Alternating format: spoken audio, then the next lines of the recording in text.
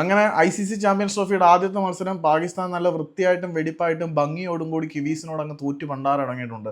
60 റൺസിന്റെ വളരെ വലിയ തോൽവിയാണ് ആദ്യത്തെ മത്സരത്തിൽ വഴങ്ങിയത്. എന്തായാലും 50 അടിക്കാൻ വേണ്ടിയിട്ട് ബാബർ അസം 90 പന്തുകൾ തിന്ന് 64 റൺസ് എടുത്ത് അതവരുടെ തോൽവിയിൽ നിർണായകമായിട്ടുണ്ട് എന്ന് പറയേണ്ടി വരും. കാരണം 320 എന്ന് പറയുന്ന ഒരു കൂറ്റൻ വിജയലക്ഷ്യം ചേസ് ചെയ്യാൻ ഇറങ്ങിയപ്പോഴാണ് അണ്ണൻ അവിടെ നിന്ന് 90 പന്തുകൾ തിന്നത്.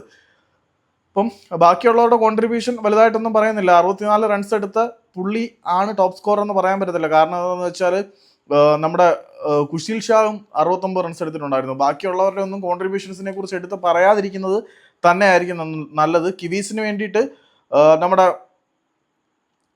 റോക്കി 3 വിക്കറ്റ് ഇട്ടിട്ടുണ്ട്, മാറ്റ് ഹെൻറി 2 വിക്കറ്റ് ഇട്ടിട്ടുണ്ട്, പിന്നെ മിച്ചൽ സാനർ 3 വിക്കറ്റ് ഇട്ടിട്ടുണ്ട്. സാനർ ആർമി എന്തായാലും ഇത്തവണ തൂക്കി അടിക്കാൻ തന്നെയാണ് ചാൻസ് എന്ന് പ്രതീക്ഷിക്കാം. ഏതായാലും മത്സരത്തിന്റെ നിർണായകമായിട്ടുള്ള നിമിഷങ്ങളെ കുറിച്ച് പറയാനാണെങ്കിൽ ന്യൂസിലൻഡിന് വേണ്ടിയിട്ട് നമ്മുടെ ഗ്ലെൻ ഫിലിപ്സ് വന്ന് അടിച്ചടി 39 പന്തിൽ 61 റൺസ് എടുത്ത ഗ്ലെൻ ഫിലിപ്സ് അതുപോലെ തന്നെ ഒരു കിടിലൻ ക്യാച്ചും എടുത്തിട്ടുണ്ടായിരുന്നു.